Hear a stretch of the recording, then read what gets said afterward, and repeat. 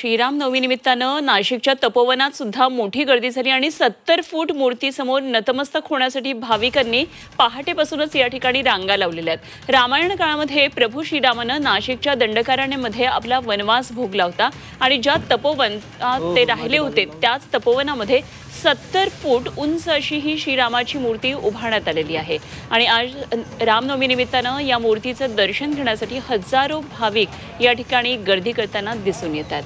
70 फूट श्रीरामाची प्रभू रामाची ही मूर्ती आहे आणि आमचे प्रतिनिधी योगेश खरे या ठिकाणी आहेत। आपण त्यांच्याकडून या ठिकाणच्या वातावरणाचा आढावा घेऊया।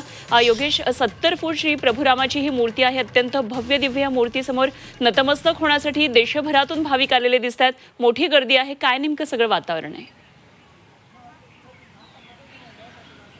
खरं आहे, नाशिक हे श्रीरामाची नगरी म्हणून ओळखलं जातं।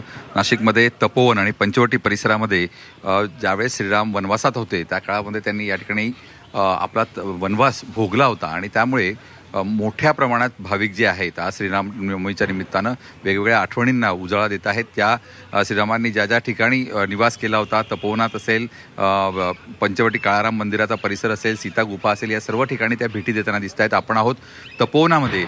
या ठिकाणी तपोवनात 70 फुटी मूर्ती या ठिकाणी उभारण्यात आलेली आहे। श्रीरामाचं हे सर्वात मोठं शिल्प राज्यातलं आहे आणि हे बघण्यासाठी सकाळपासून गर्दी आपल्याला या ठिकाणी पाहायला मिळते।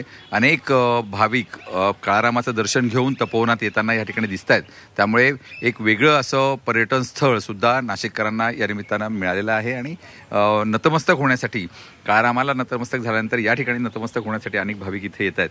आपण जर आज बघितलं तर संपूर्ण शहरामध्ये मोठा उत्सव आपल्याला वेगवेगळ्या ठिकाणी पाहायला मिळतोय। काळाराम मंदिर असेल, गोराराम मंदिर असेल आणि वेगवेगळे रामाची जी मंदिरं नाशिकमध्ये आहेत या सर्व ठिकाणी हा उत्साह आपल्याला या ठिकाणी पाहायला मिळतो।